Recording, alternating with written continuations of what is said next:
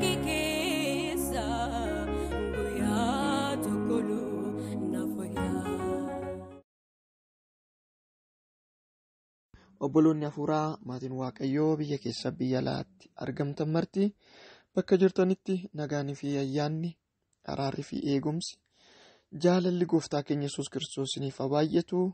Akkam jirtu nagaa keessanii, jireenya akkam, nagaan keessan, hojiin, tajaajilli, tajaajilamuun hunduu gaariidha.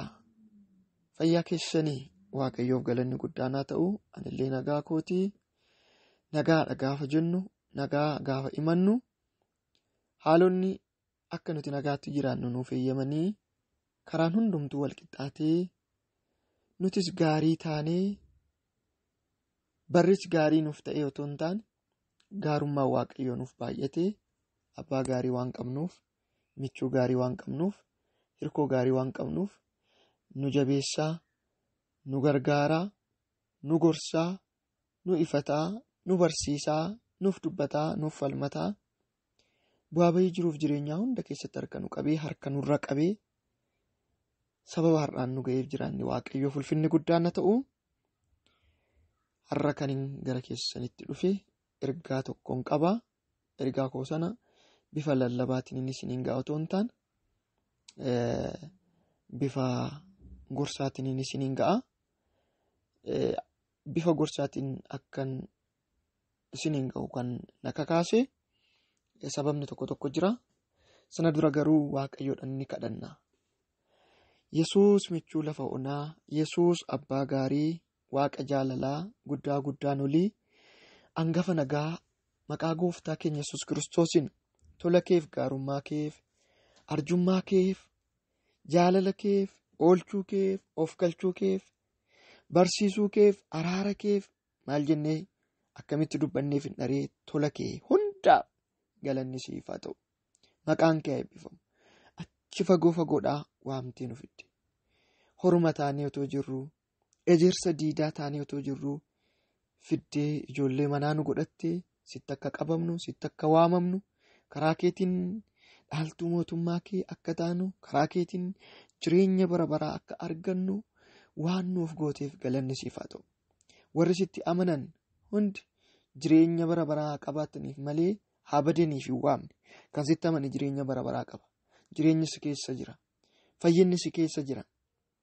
Boqonnaan si keessa jira. Aara galfiin si keessa jira. Namni akkasumaan dhama'a. Namni akkasumaan waan baay'ee keessa gala. Namni akkasumaan qubasaa harkasaa waan hedduu keessa cuupha. Boqonnaan dhugaan, aara galfiin dhugaan, jireenyi foonittis hafuurattis kan tolu karaa keeti. Ati immoo nu jaallattee gara jireenya kanaatti nu waamte. Amala keenya laaltee miti, bifa keenya laaltee miti, baay'ina qabeenya keenya laaltee miti, baay'ina fira keenya, lammii keenya laaltee miti, sadarkaa barnootaa keenya laalteetu miti. Ilma kee Kiristoos Yesuusin ilaaltee, dhangala'uu dhiiga ilma kee Kiristoosin ilaaltee Waaqa Abbaa, lubbuu fannoo irratti ilmi kee tokkichi Yesuus Kiristoos kenne ilaaltee, nuunis jaalala bara baraa nuuf qabduuf nu waammattee kan kee nu godhatte. Burjaajii si'anaa, badiisa garmalee, du'a bara baraa jalaa gara jireenya boqonnaa isa aara galfii qabutti nu waamtee galanni siif haa ta'u. Baay'een keenya kan hin beeknu kun nuuf hin galu. Kan nuti ilaallu, kan nuti xiyyeeffannoo itti ilaallu, kan nuti yaadaaf qalbii keenya itti hiinu ishee har'a mul'attee boruu baddu. Biyya lafaa wajjinidha yaadni keenya kan luucca'u. Garuu wanti baay'ee murteessan jireenya. Jireenyi immoo karaa keetiin nuuf argameera. Kanaaf galanni siif haa ta'u. Jireenya sirraa arganneetti qabamne akka jiraannu, sitti maxxannee akka jiraannu, ciniinnannee foon keenya jalaa dhaga'uu dhiisnee, biyya lafaa jalaa dhaga'uu dhiisnee, seexana jalaa dhaga'uu dhiisnee, haalota jalaa dhaga'uu dhiisnee, hafuura kee qofa dhaga'aa, si qofa dhaga'aa, dubbii kee dhaga'aa, ciniinnannee bara dhumaa kana keessatti sitti maxxannee, sitti qabamnee akka jiraannuuf ayyaana kee nuuf baay'ise. Hafuura kee, humna kee jireenya keenya irratti mul'ise. Nu dadhaboota. Namni jabina isaatiin hin jabaatu jedha sagaleen kee. Jabina keenya miti jabeessee kan nu dhaabe. Borus bara hamtuu kana keessa kan nu dabarsu jabina keenya otoo hin taane jabina kee, argamuu kee, ayyaana kee, humna kee, hafuura keedha. Ayyaanni kee, humni kee, hafuurri kee maqaa gooftaa Yesuus hin nuuf baay'atu. Maqaa Yesuus hin nuuf baay'atu. Yoo ati nama gargaarte malee eenyuyyuu sitti qabamee jiraachuu hin danda'u. Ati gargaarran garuu hunduu salphaa, jireenyi salphaadha. Garuu yeroo tokko utumati nu gargaartu, utumati nu wajjin hin taatu, utumati ayyaana kee nu baay'istu, nuti mucucaannee harka keenya harka kee keessaa luqqifachuudhaan dhoqqee burcuutti deemna. Yaada biyya lafaa wajjin luuccaana. Karaa kanaan, sababa kanaan jireenyi keenya burjaachiin itti baay'ata. Jireenya keenyatti danqaatu baay'ata. Har'anan kadhadha yaa Waaqayyo. Ijoolleen kee sitti maxxananii jireenya isaanii foonii kan lafarraa, jireenya isaanii isa kan bara baraas qannoof qajeelatti akka isaan gaggeeffatan, akka gaggeeffannuuf ati nu gargaari. Ulfinni kee, humni kee nu wajjiniin haa ta'u. Ameen maqaa Yesuusiin. Egaa obboloota koo, Waaqayyoon kadhataan ture. Hafuurri qulqulluu yaada isaa akkanaaf ibsu. Waaqayyo waa'ee ijoollee isaaf akkanatti dubbatuuf kadhataan ture. Baay'ee nama ajaa'iba. Hafuurri qulqulluu sagalee addaa tokko, ergaa addaa tokko naaf laate. Ilaa ergaa akkas jedhutu hafuura qulqulluu biraa gara koo dhufe. Jireenyi ijoollee koo baay'ee harkuma isaaniitiin hidhamee jira naan jedhe. Jireenyi ijoollee koo baay'ee harkuma isaaniitiin hidhamee jira naan jedha hafuura qulqulluu. Ergaa akkasii dhaga'een beeku gaaffii natti uume hafuuruma keessa ta'een hafuura qulqulluu keessa kootti asaasuun akkamitti Waaqayyo, akkamitti hafuura qulqulluu gaaffii jedhuun gaafataa ture. Hafuurri qulqulluu kallattiiwwan garaa garaatiin na hubachiisaa ture. Kallattii hedduun keessa kootti akkamitti akka jireenyi namoota baay'ee harka ofii isaaniitiin deebi'ee akka hidhame. Hallelujaa. Gaaffii guddaa ture laphee koo keessatti. Akkamitti jireenyi namaa deebi'ee harka ofii isaaniitiin, jireenyi nama tokko deebi'ee harka ofii isaatiin deebi'ee hidhama kan jedhu. Yeroon akkasitti dubbadhu isinittis gaaffii uumuu danda'a. Hafuurri qulqulluu garuu hafuura gaaffii namatti uumee deematu hin taane hafuura waa namaa ibsudha. Ergaa hafuurri qulqulluu naaf ibsee maalummaa fi hiikni ergaa kanaa maal akka ta'e ergaa keessa kootti sirriitti naaf ibsee ani immoo akkasittiin murteesse. Maarree ergaa kana bifa gorsaatiin gadi qabee dhaloota kanaan ga'uu gaariidha jedheen murteesse. Amma bifa gorsaatiin isa laphee koorra bule isa hafuurri qulqulluun natti agarsiise isiniin nan ga'a. Isin immoo dhaggeeffadhaatii waliin ga'a. Gooftaa keenya Yesuus Kiristoosiif galanni guddaan haa ta'u. Yeroo kana laayivii galeen jiru kallattiidhaan waraabaa jira. Haa ta'u malee ergan waraabee xumure qindeessee yuutuubii Obdi Media irratti nan fe'a. yuutuubii Obdi Media irraas warri isiniif mijatu, warri daataa qabdan dhaggeeffatanii hiriyoota keessan, obboloota keessan hafuuraa miidiyaalee hawaasaa garaa garaa irra jiraniif sheer gochuu dandeessu. Warri haalli isaa isiniif hin mijanne immoo sagalee koo kana dhaggeeffadhaa. Hallelujaa. Ergaan gara koo dhufe kan nama tokkoo, kan nama lama miti. Hafuurri qulqulluu ijoollee koo baay'ee jedheeti kan natti dubbate.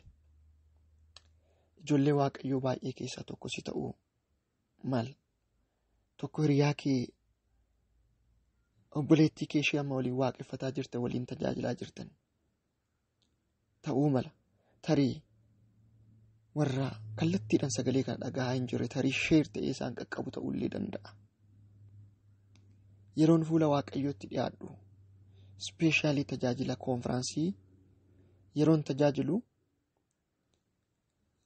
miidiyaalee hawaasaa fi chaanaaliiwwan irratti tajaajilu irratti ofii koo yookaan nama tokko yookaan nama lama qabadhee dhiyaadhatu hin taane yeroo baay'ee ijoollee Waaqayyoo saba Waaqayyoon qabadhee dhiyaadha. Kanneen keessaa Waaqayyoo barbaade ergaa bal'aa kan saba bal'aa kan uummata bal'aa yookaan kan waldaa kiristaanaa yookaan kan amantoota muraasaa yookaan kan nama tokkoo kan nama lamaanaaf kennuu danda'a. Gaafa Waaqayyo maqaa dha'ee abaluu jedhee ergaa nama tokkoo naaf kenne ergaa sana namuma sana qofattan hima. Maqaa nama sanaa yoo addanaaf hin baafne namni tokko namni akkasii yoo naan jedhe hafuura qulqulluu nama akkasii jedheen dubbadha. Ijoollee koo jedhee saba koo jedhee gaafa natti himu immoo akka saba Waaqayyoo hundumaa qaqqabuttan dubbadha.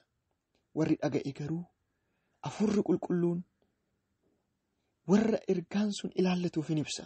Baay'isee ijoollee Waaqayyoo keessa hafuura Waaqayyootu jira. Hafuurri Waaqayyoo kun immoo hafuura waan hundumaa gargar namaa baasudha. Yeroo baay'ee namoonni baay'een Waaqayyo alaa akka isaanitti dubbatu raajii alaa eegu raajummaa karaa raajota gara biraarraa eegu. Kan isin dhibu hafuurri qulqulluu isin keessa jiru waan hundumaa isinitti dubbata. Raajii ta'uu dhiisuu dandeessu.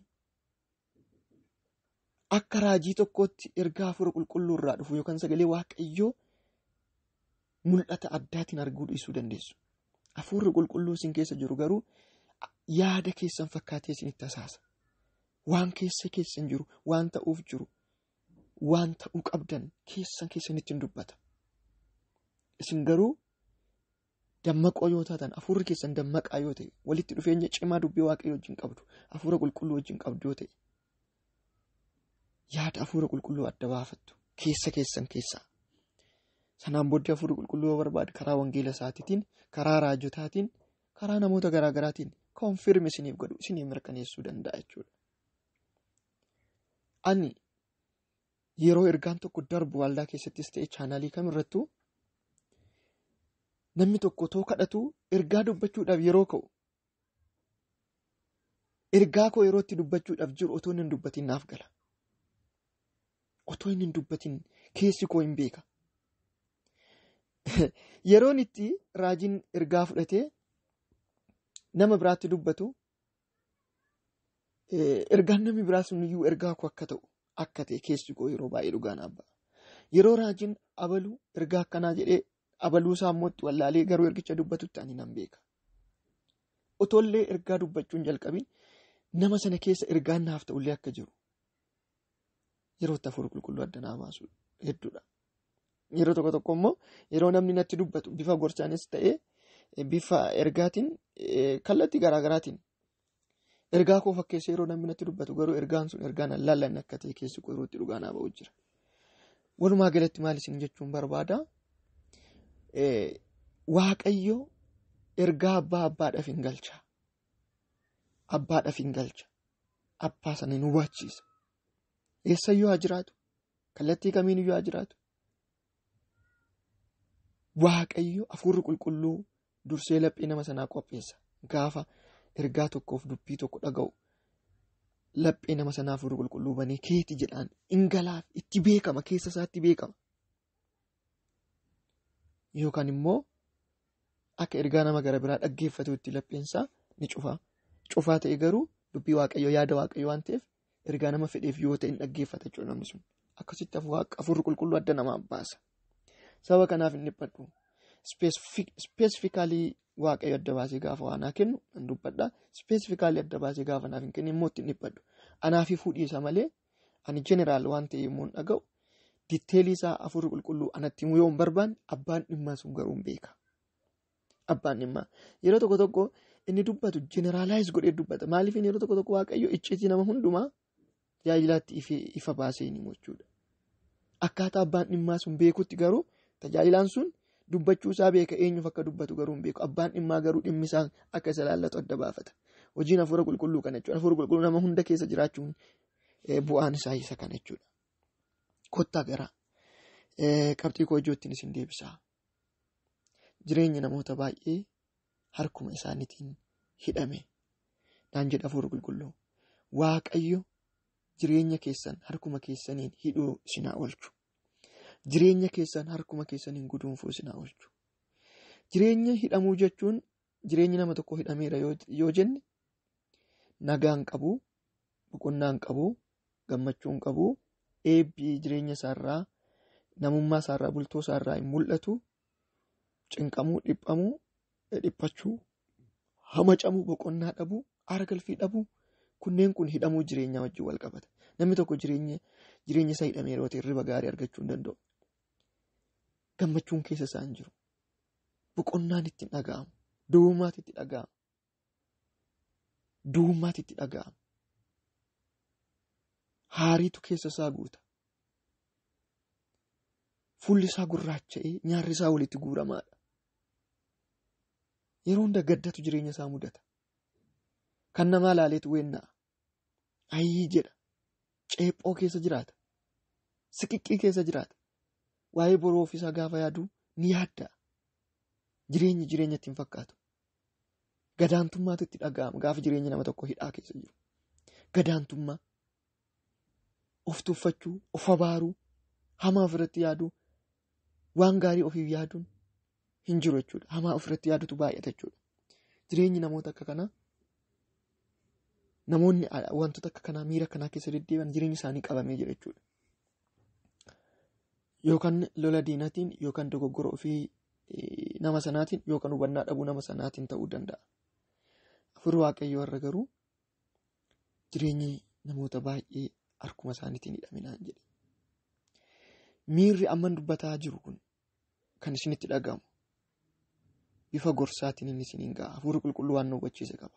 Hafuurri qulqulluu na hubachiiseen gorsaan isiniin ga'uun barbaada waan ta'eef. Miirri amman isinitti dubbadhe kun kan isinitti dhagahamu miira akkanaa keessa kan jirtan. Tarii jireenya keessan hidhamaadha. Sababa jireenya keessan hafuurri keessan lapheen keessan hidhameef ta'uu danda'a. Tarii kaan keessan utuma fuula Waaqayyoo barbaaddanuu, utuma dhugaadhaan fuula Waaqayyootti deddeebitanuu, utuma kadhattanuu, utuma dubbii Waaqayyoo soorattanuu, hafuura qulqulluu wajjin walitti dhufeenya gaarii otoo qabdanuu, karaa qajeelummaa otoo qabdanuu, jireenya akka kanaa, miirri akka kanaa isinitti dhaga'ama yoo ta'e, mormaa ofirraa lola diinaa ta'uu danda'a. Lola diinaa ta'uu danda'a waan ta'e ofirraa ifadhaa. Yoo lola diinaa ta'e maqaa Yesuusiin ifannaan isinirraa deema. Ifattanii isinirraa hin deemu yoo ta'e, ifattanii isinirraa hin sokkine yoo ta'e, rakkoon isin bira ta'uu danda'a waan ta'eef jireenya keessan laala. Maaliif jennaan hafuurri qulqulluun baay'een namoota qoccolloo keessa jira. Jibba, hamii, garaa walitti jabaachuu, hammina walitti yaaduu, qiimii garaa keessa keewwachuu, maqaa wal balleessuu, qooda gaarii waliif gochuu, hamaadhaan wal barbaaduu, waliif obsuu dadhabuuf hariyannaa guddaatu ijoollee koo baay'ee bira jira naan jedha hafuurri qulqulluu. Isa kanatu harka godhatee jireenya hafuura isaanii, nagaa isaanii, gammachuu isaanii hidhee qabee jira naan jedha hafuurri Waaqayyoo. Kanaaf kanneen gara gorsaatti isiniif jijjiire. Ijoollee Waaqayyoo gammaduu barbaaddu, boqonnaa argachuu barbaaddu, milkaa'uu barbaaddu, irriba gaarii rafuu barbaaddu, yaaddanii waan yaaddanitti milkaa'uu barbaaddu, dubbattanii dubbiin keessan dhageetti akkasiniif qabaatu barbaaddu, kaayyoon keessan akka fiixan siin ba'u, karoorri keessan akka galma isiniif ga'u, yeroo hunda jireenya gammachuu boqonnaa qabu jiraachuu barbaaddu. Koottaa hafuura qulqulluu dhaggeeffadhaa. Yaada qajeelaa, sammuu qajeelaa, laphee qajeelaa qabaadhaa. Akka dubbii Waaqayyootti deddeebi'aa. Sodaa Waaqayyoo keessa deddeebi'aa. Waaqayyoof ulfina kennaa. Sagalee Waaqayyoof ulfina kennaa. Hafuura qulqulluuf ulfina kennaa. Wana dubbii Waaqayyoo ciiga irraa fagaadhaa. Wana wangeelli ciiga irraa fagaadhaa. Jireenyi namoota baay'ee harkuma isaaniitiin hidhame gaafa hafuurri Waaqayyoo jedhu. Jibbi garaa kee keessa jira yoo ta'e jireenyi kee hidhamaadha. Hamattuudha. Hamiidhaan jireenyi kee guutameera yoo ta'e jireenyi kee hidhamaadha. Harka ta'eetu siidha jechuudha. Situ hidhe. Jibba of keessaa baasuu diddee, hamiirraa fagaachuu diddee, haariirraa fagaachuu diddee, qoccolloorraa fagaachuu diddee, maqaa obboleettii keetii, maqaa obboleessa keetii xureessuudhaaf soqolattee fiigda yoo ta'e, hojiin akka kanaa hafuura qulqulluu wajjin hin deemu. Lafa akka kanaatti hafuura qulqulluun hojjetu. Kosiidha. Gaafa tokko jedhama. Kanaan dura Obdi Media irratti barreesseera. Barsiisaa tokkotu ture. Barattoota isaa barsiisa ture. Yeroo baay'ee kallattiin gaafatti immoo dafee waan isaaniif hin galle fakkeenyaan isaan barsiisa. Akkuma narraa ergaa kana bifa gorsaatiin isin hin ga'u. Ta'ee ergaa nuuf fitaniitu yoo ta'e jechuudha. Fakkeenyaan barsiisa. Wal jibbuutu ture. Wal qoccolluutu ture. Qiimii walirratti qabuutu ture barattoota isaa jidduu. Maqaa wal balleessu wal kassasuu ture barattoota isaa jidduu. Ganamas galgalas tokko dhufee tokko kassasa, tokkotu dhufee tokko irratti badiisa hojjeta, tokkotu dhufee tokko miidha. Jireenyi isaanii barachuu otoo hin taane wal hammeessuu, qiimii walirratti qabuu fi haaloo wal ba'uu irratti waan xiyyeeffateef akkas jedheen hojii manaa kenneef. Gaafa guyyaa boruu gaafa gara mana barumsaa dhuftan mee warri nama tokko jibbitan dinnicha tokko boorsaa keessan keessa kaa'aa kottaa. Nama lama kan jibbitan dinnicha lama. Nama sadii kan jibbitan sadii. Afur kan jibbitan afur. Shan kan jibbitan shan. Mee nama jibbitan yookaan nama miitanii yookaan isin miidhee qiimiitti qabattan. Amma baay'ina nama sanaa dinnicha boorsaa keessan keessa kaa'aa kottaa. Jarris akkasumatti inni tokko jibbu dinnicha tokko. Inni nama lama jibbuuf nama lama irratti qiimii qabatee jiru. Dinnicha lama, inni sadii, afur, shan, 6, 7, 8 sanaa ol. Ammuma nama jibbaniif qiimii nama irratti qabatan sana boorsaa isaanii keessa keewwatanii fidanii qabxii gaarii arganna jedhanii gammachuudhaan jechuudha. Hin sobinaa nama sobirraa qabxii nan hir'isaa nama dhugaasaa himeef garuu qabxii gaariin kennannaan qabxii arganna jedhanii guuranii dhufan. Kunoo barsiisaa hojii manaa kee hojjannee dhufneerraa ittiin jennaan. Egaa jedheen qabxii kan inni isiniif kennu dinnicha kana akkuma boorsaa keessa keessanii fiddanii dhuftan fudhaatii deebi'aa. Boorsaa keessan keessaas hin baasinaa, boorsaa keessan lafan kaa'inaa baadhaa. Yeroo nyaattan, yeroo dhugdan, yeroo mana teessan, yeroo ala deemtan, yeroo sochootan, lafa dhaqxan hundumaa hin kaa'inaa fudhaatii naannaa halkanis guyyaas hanga torbeerraatti. Sanaan booddee tole jedhanii baatanii naanna'an. Guyyaa tokko homaa miti. Guyyaa lama homaa miti. Guyyaa sadii sanaan booddee foola'uu jalqabe. Xiraa'uu jalqabe. Xiraa'uu.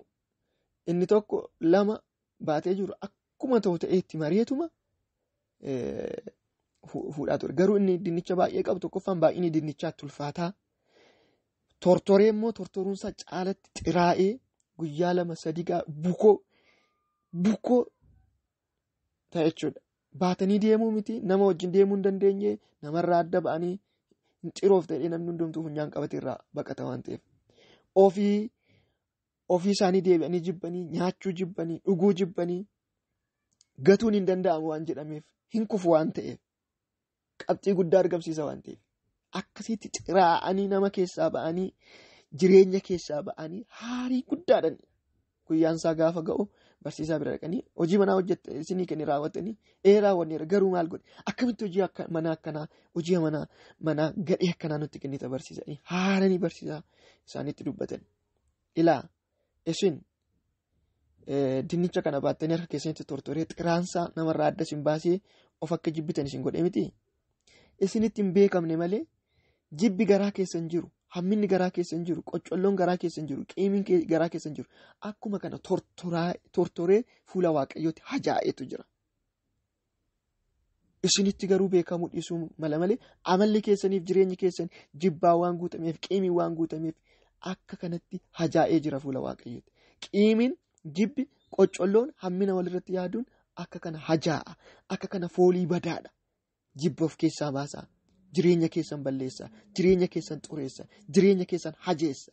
Qiimii, jibba, qoccolloo of keessaa baasaa sammuu qulqulluun deddeebi'a. Kanaafiin kana godhe jedhee gorsee jarris ajaa'ibsiifatanii warri qiimii namatti qabu dhiifama wal gaafatanii sammuu isaanii qulqulluu godhatan jechuudha. Egaa obboloo tokko akkamitti namni baay'een jireenya isaa harka isaatiin hidha yoo jettan obboleettii kee obboleessa keetiif jaalala hin qabdu yoo ta'e jibba garaa kee keessaa qabda yoo ta'e obboleettii si caaltu tokko itti naaftee kufifta yoo ta'e maqaa balleessuudhaaf fiigda yoo ta'e obboleettii miite obboleessa miite kan immoo si miite kan si miidheef dhiifaman goote yoo ta'e atis miidhuudhaaf dabaree kee eeggatta yoo ta'e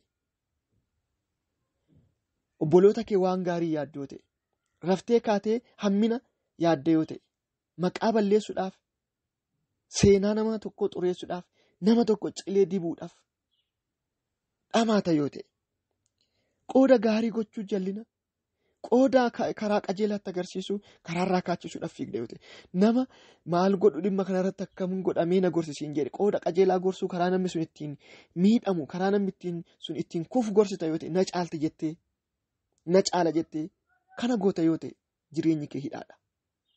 Nagaan qabaattu boqonnaan qabaattu sitti garuu hin beekamu. Mataa yeroo si dhukkubu mataan na dhukkube jetta. Yeroo cuggaarraan keessa dhukkubu cuggaarraa badiisa yookaan hammina ati hojjetteetu keessa keetti dhukkuba sitti tura. Gammachuun dhabe jetta eeyyee kanaa jireenya kee keessa jiru gammachuun akkamitti?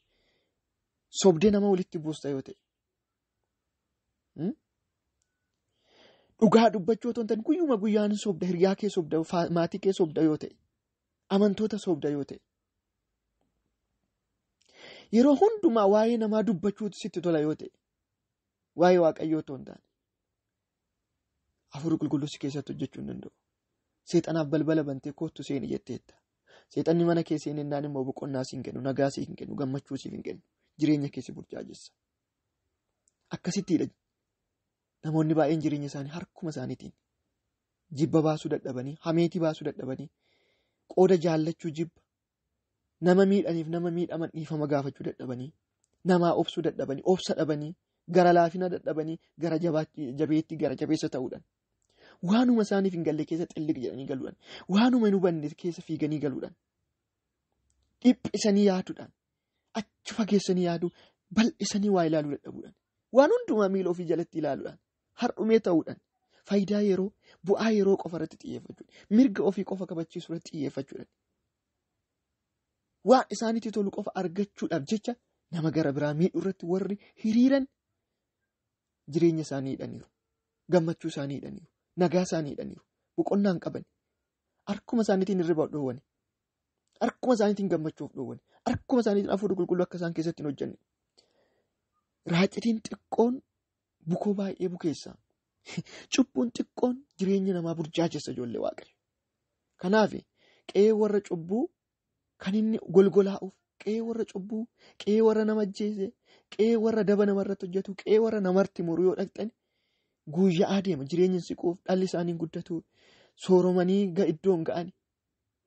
Yeroo hundumaa gadi hin dadhabuu, ol fiiguu, gadi fiiguu, hin dhama'uu, as fiiguu, achi fiiguu garuu bu'aan argatan.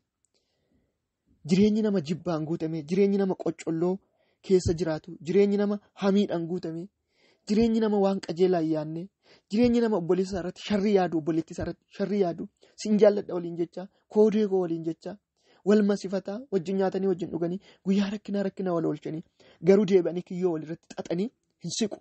Namni akka kanaa jireenyi isaan siqu. Namni akka kanaa galma hin ga'u. Namni akka kanaa garbummaa jala jira. Namni akka kanaa badii jala jira. Waaqayyo sinaa oolchu. Meeqa keessani koodee koo jechaa, anoo sin jaalladha jechaa, deebitanii boolla kan qottaniif, na caalti jettanii, miidhaginaan na caalti jettanii, na caalaa hordoftoota baay'ee qabdi.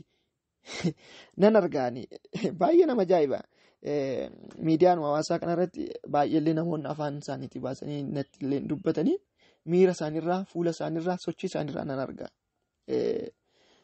Tajaajilaa fi karaa miidiyaalee hawaasaa garaagaraatiin tajaajiluu keessatti maqaa gaarii qabaachuu, jaalala namootarraa qabaachuu, kabaja namootarraa qabaachuu, akkasumas hordoftoonni kiyya baay'ataa dhufuudhaan qofaan ilaalanii namoonni mataa isaan bowwaafatan dhiiris dubaris jiru. Waan biraa miti. Bakka wanti isaanitti darbu hin jiru, wanti isaan jalaa hir'atu hin jiru, wanti isaan jalaa dhumu hin jiru. Daangaa isaanitti wanti darbu hin jiru. Garuu fudhatamu mana argataa deema. Baay'ee daa'imummaa kootii kaasee kan na mudatu. Daa'imummaa kootii kaasee. Ammuma guddataa deema, ammuma milkaa'aa deema, ammuma tajaajilli koo dabalaa deema, ammuma namoota Waaqayyoo ulfinni guddaan haa ta'u. Badhaasa Waaqayyo naa kenne keessa inni guddaan namaan jaallatamu, nama fuulduratti kabaja argachuu, nama fuulduratti fudhatama argachuu. Daa'imummaadhuma kiyyaa kaasee. Anis amma Waaqayyoon nagari gaarii jireenya koof waan an eeggadhuuf Hafuurri Qulqulluus waan na gargaara. Kanumaan mataan isaan yeroo mana barumsaa galu na yaadadha. Iskoolaarii barnootaaf ta'u baay'ee biyya alaarraa argadhee baradhuun si'a 10 ol xalaa barreessisanii narraa cobsiisuudhaaf yaalii guddaa godhaa turan. Wanti isaan itti irratti hin jiru. Isaanirraa wanti siqu hin jiru. Inaaffaa jechuudha. Nan argarra miidiyaalee hawaasaa kana. Waan ittiin dhufanii jireenya kootu kan waan ittiin dhufanii tajaajila koo burjaajessa waan ittiin dhufanii duubatti na harkisan waan hin qabne qofaaf karaan cufaa waan ta'eef hin godhan garuu nan arga fuulli isaanii gubatee. Akkaataan istaayilii isaanii nan arga jechuudha. Inaaffaa. Hafuurri inaaffaa maqaa gooftaatiin haa garagalu. Hafuurri inaaffaa Yesuus jireenya keessanirraa kan garagalee haa ta'u. Yesuus kan garagalee haa ta'u. Inaaftuun hin guddatu. Namni inaafu harka isaatiin jireenya isaa kiyyootti galchee jira jechuudha. Inni inaafuu nan arga jechuudha. Gaafa dabalaa deemu jechuudha. Har'a gaa obboleettiin kee hiriyaan kee gaafa dhiqattu, gaafa uffattu, gaafa dubbattu namoonni baay'een waan jaallataniif namoota baay'ee fuulduratti kabaja waan qabduuf namni tajaajila ishiitti tajaajila isaatti namni waan eebbifamuuf uffannaa isaatti ishii nama baay'ee gaafata. Kana lakkooftee har'a itti naaffitee jibba irratti yaadda yoo ta'e maqaa balleessa ishiinuu akkanatti waan ishiin hin qabne mudaa ishiin hin qabne yookaan immoo dadhabina ishii xiqqoo fuutee gabaatti baafta yoo ta'e. Waanuma ishiin hiriyaa koo tettee icceetii ishii sitti himattu fuutee baaftee saaxilta gabaatti baafte yoo ta'e ati dukkana keessa jirti. Jireenyi kee hidhaa keessa jira. Wangeelli kan hin deeggaru waan ta'eef, Hafuurri Qulqulluu kan hin deeggaru waan ta'eef. Egaa beektuu ijoollee Waaqayyo. Nama sin jibbu jaalladhaa. Ofii keessan immoo nama hin jibbina. Nama qiimi isin irratti qabe irratti qiimi hin qabina. Ofii keessan immoo dhiifama gaafadha. Nama miitan qofa miti. Nama sin miidhas dhiifama gaafadha. Jireenyi keessan akka hiikamu yoo barbaaddan. Namaaf gaarii yaada. Otuma sin miidhuu gaarii godhaafi. Amala koo keessatti baay'ee kan natti tolu Waaqayyoon kan hin galateeffadhu. Badhaasa guddaa godhee Waaqayyo kan naaf kenne. Abbaan barbaade waan barbaade narratti godhu. Nama sana gargaaruun natti tola. Jireenya koo kan gammadu gaafa nama gargaare gaafa waa namatti agarsiise. Namoonni tokko anillee waan tokko yaaleetumatti bira ga'uun barbaachisaadha jedhee yaada. Tajaajila kootiif jireenya kootiif barbaachisa yoo ta'e hin danda'u hin beeku jedhee hin taa'u. Karaalee garaagaraatti yaalee itti ba'uun barbaada. Waan baay'ee nama gaafachuudhaaf hin dhiphadhu. Garuu namoonni waanuma xiqqoo waanuma suuta itti ba'uu danda'u gaafa gaafadhu hin cinqamu natti immoo yookaan natti agarsiisu hin rakkatu. Naa gala anaaf immoo inaaffaa jedhee naa gala. Garuu ani waanan ofii kootillee ittiin fayyadamne waan barbaachisaa namni tokko yoo na gaafate nama sanatti yoo agarsiisee namni sun gammade akkamitti akkan gammadu sitti himuu danda'u. Jireenya koo keessatti keessumaa irra caalatti nama na miidhuu yaadu tokko nama waan gaarii naaf hin yaadne yoon arge. An abaluun kun waan gaarii naaf hin yaadu hin jedhu. Maaltu na dhibee abaluun waan gaarii naaf hin yaadu jedhee kotota sammuu koo keessa kaayee of dhiphisa. Inni yaaduu haadhiisu. Garuu miirri koo haalli koo karaa garaagaraatiin argee yookaan namni waanuma tokko illee gaaf natti himu nama sana amman gargaarutti waan gaarii tokko amman godhuuf ittiin boqadhu. Nama na miidhuu danda'u. Nama waan hin taane irratti dubbatu. Yookaan immoo nama waan karaa nani barbaadu otoo hin taane karaa nani hin barbaanne deemu tokko waan gaarii gaafa godhu irriba gaarii argadha. Waan akkas yoon godheedha keessi koo baay'ee kan boqotu. Tajaajiltootas haa ta'u nama kamii abaluun kun nama gaarii nama waaqayyoo nama akkasii nama tokko piroomoot yoon godhe yoon jecha beeksisa keessi koo baay'ee gammada. Karaa milkaa'inaati. Obboloota koo ayyaanni akkasiniif dabalamu jireenyi keessan akka hiikamu nagaan keessan guutuu akka ta'u gammachuun keessan guutuu akka ta'u yoo barbaaddan waan gaarii godhaa. Utuma miidhamtanuu dhiisaa. Namatti qiimiin qabatina. Dhiifama namaa gochuu bara. Araara namaaf gochuu bara. Jaalala namatti agarsiisa. Nama sin jaallatu otoo hin taane nama sin jaallatu qofa otoo hin taane nama sin jibbus jaalladhaa. Mudaa hiriyoota keessanii gorsaa sirreessaa malee deebistanii saaxilina. Wali namatina. Boolla waliif hin qotina. Walirratti hin haaffina. Gufuu walitti hin ta'ina. Waan beektan waliin dhoowwatina. Sagalee Waaqayyoo beektan waliif qooda. Ogummaa beektan. Afaan beektan walitti hima. Akkaataa waa itti fayyadamtan walitti hima. Itti fayyadama miidiyaa hawaasaas haa ta'u itti fayyadama akkaataa dubbisa macaafa qulqulluu waanuma barbaadu waan beektan walitti hima. Isa rakkatetti hin kolfina. Ishiin hin kufte isa kufetti quban qabna. Hin kufte ishiin jettan hin kolfina. Gaddaa fi kadhadhaa fi gorsaa Waaqayyo akka ishii kaasu. Namaaf gaarii yaada. Gaarummaa namaa dubbadhaa malee hammina namaa dubbatina. Gaarii nu guutee jira. Qaawwa dadhabina namaa qofarratti otoo hin taane jabina namarratti xiyyeeffadha. Ishii uuba namarraa guuruudhaaf hin ariifatina. Abaluun tokko qaawwa qabaachuu dandeessi. Garuu akkuma kana qaama jabinaa danuu qabdi. Qaama jabinaa ishii dubbadhaa malee qaawwa ishii dubbachuudhaaf hin fiigina. Yoo qaawwa qabaatte immoo yookaan kadhadhaaf yookaan gorsa. Qullaa namaatti hin kolfinaa. Qullaa namaatti hin kolfinaa. Namni qullaa namaatti kolfu boru qullaa dhaabbachuu hin hafu. Gaafa sana immoo harka 2-3 ol itti kolfama. Salphina namaatti hin kolfinaa. Salphina namaatti yoo kolfitan boru salphachuun keessa hin hafu. Mee dhugaadhumaan isin gaafadha. Waan gaarii tokko dhaggeeffachuudhaaf irra gurri keessan fiigamoo waan namaa ta'u abaluun guddatte abaluun sadarkaa kana geesse abaluun waan akkana argatte waan jedhu dhaga'uu fiigdu abaluun ejjite abaluun kufte abaluun sana goote abaluun sana taate abaluun mee waan akkanaa ta'ani gaafa jiran dhaga'uudhaaf irra fiigdu. Koomentiin keessan laayikiin keessan sheeriin keessan waan gaarii otoo hin taane waa namaa kufaatii namaa yeroo keessan illee gubdanii kan dubbistan baay'een keessan kufaatii namaati. Waaqayyo isiniif haa ta'u. Kana akkanittidha jireenya keessan kan hidhan. Gammachuun keessan, boqonnaan keessan, eebbi keessan kan qabamu kana jechuudha. Diina ofiidhuma keessanii kaartaa itti baastanii, pilaanii itti baastanii mana keessa jireenya keessan irratti seexanaan mana ijaartu jechuudha. Ofiidhuma keessanii gaafa jibba, ameetii, kufaatii namaatti kolfuu, namaa qooda gaarii, hamaa yaaduu, kiyyoo wal dura kaa'uu, wal ceepha'uu, wal xureessuu, waan gaarii waliif gochuu ila. Hamaa walirratti dubbachuu otoo hin taane gaariyyuu waliif gochuu gaaf dhiistan. Namni tokko jedha gaarii gochuu otoo beekuu otoo danda'u yoo gochuu dhiise jedha wangeelli. Waan akkasii yoo gootanillee ofiidhuma keessaniif seexanaa fi kaartaa pilaanii baastanii mana jireenya keessan irratti ijaartaniitu jechuudha. Laphee keessan keessatti seexanaaf mana ijaartaniitu jechuudha. Seexanni sun taa'ee dhufee jireenya keessanii waan gaarii godhu jechuudha. Isin burjaajessa. Kanaaf dammaqaa. Maqaa gooftatiin harkuma keessaniin jireenya keessan hidhuu Waaqayyo isin haa oolchu. Kanaaf akkamitti jireenya keessan isa harka keessaniin hiiktan deebistanii hiiktu. Kan isin jireenya keessan isa harka keessaniin deebiftanii hiiktan jaallachuudhaan, dhiifama gochuudhaan, araara gochuudhaan, qiimii qabachuu dhiisuudhaan, mudaa namaa barbaaduu dhiisuudhaan, waan dandeessaniin nama gargaaruudhaan, waan beektaniin nama gargaaruudhaan, qooda mudaa namaa dubbatan gaarii namaa dubbachuun, isa wallaale gorsuudhaan, isa dogoggore sirreessuudhaan, isa simmiidhuuf obsuudhaan, ba'aa walii baachuudhaan, qajeelaa walii yaaduudhaan, waliif kadhachuudhaan, wal barsiisuudhaan, wal baachuudhaan, waan isiniif ta'u akka isiniif ta'u barbaadan nama biraatiif gochuudhaan, wangeelli akka isiniif ta'u kan barbaadan nama biraatiifis godhaa jedha waan ta'eef. Wangeelli gaariidhaan hamaa mo'a malee hamaadhaan hin mo'aminaa jedha waan ta'eef. Nama simmiidhuudhaa barbaade harka lamaan miitanii deebisu haaloo baa'uudhaaf fiiguu dhiisati. Nama simmiidheef gaarii godha. Obsa qabaadha, jaalala qabaadha. Yoos jireenyi keessan hiikamaadha. Yoos gammachuun keessan hiikamaadha. Yoos eebbi keessan hin rooba. Yoos hafuurri qulqulluu isin keessatti hojjeta. Yoos hirriba gaarii raftu. Yoos boqonnaa gaarii argattu. Yoos gammachuu argattu. Yoos nagaa argattu. Waaqayyo isin haa gargaaru. Kanaaf Waaqayyo warri jireenya keessan harka keessaniin hiiktan, jireenya keessan kan hiikamu harkuma keessaniin hiikaa jireenya keessan. Guduunfaa ofirraa hiikaa sammuu qulqulluu qabaadha. Shaaloom eebbifamaa baay'een isin jaalladha. Ani obboleessa keessan Paastar Dandanaadha. YouTube keenya Obdi Media hordofaa. Sagantaa tajaajila bal'aa achirratti kennaa jiru achirraa ni argattu.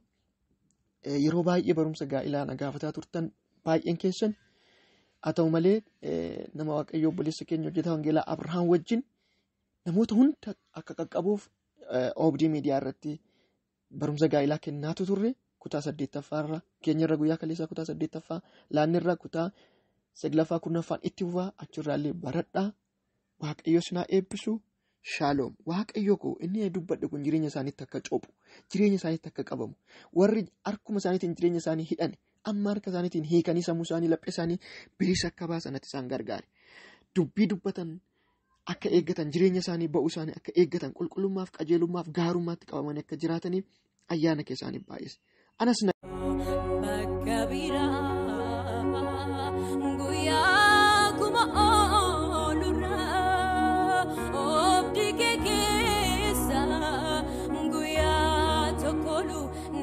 for ya.